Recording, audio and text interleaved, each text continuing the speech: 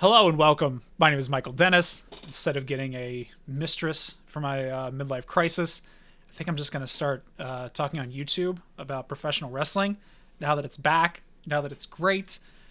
Thank you so much for tuning in. Hey, give me a like and a subscribe. My channel is young. It's burgeoning. Consider it your charity for the day. I'd really appreciate it. Let's talk about Smackdown for tonight real quick. Cody's going to be on Smackdown to respond to The Rock face-to-face. One interesting thing I've noticed last couple weeks for all the Cody fans. Oh, no one wants Rock Roman. We want Cody. The Raw rating has been going down each of the last 3 weeks with Cody and Seth on top. Meanwhile, SmackDown continues to explode through the stratosphere with their ratings. I'm not here to shit on Cody and Seth. They're just not on the same level that Rock and Roman are on, or that Punk is on. If you were going to be running this and they had their druthers, they would much rather have CM Punk in the role of Seth Rollins than of Seth Rollins to pair with Cody Rhodes. You would have that pairing.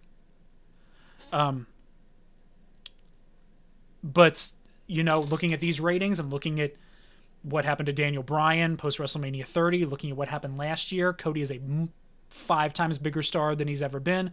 If we're looking at this from a company standpoint, what we want it to be, how can we make this grow bigger? The Rock's thinking about this. That man is.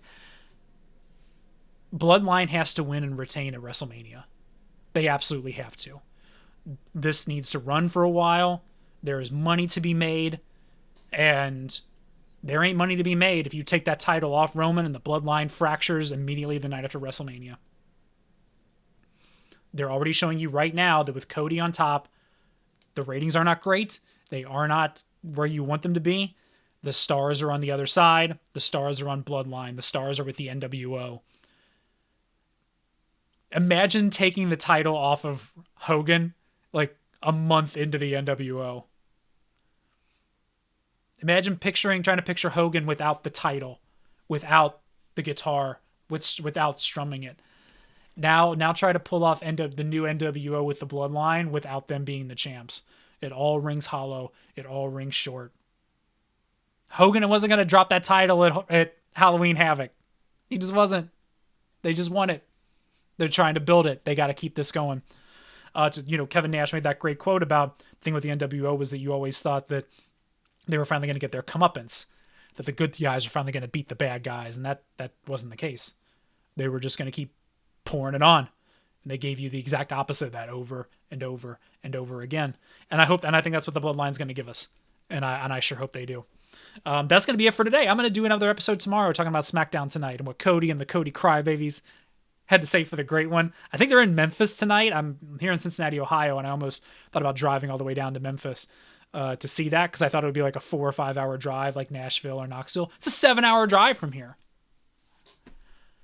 I got 2 kids. I don't have 7 hours for this. I just don't. So I'll watch it on. I'll be tuning in tonight. I'm not going to miss it. Not going to miss SmackDown tonight, especially with the great one, especially with the Bloodline. So tune in. Hey, give me a like. Give me a subscribe.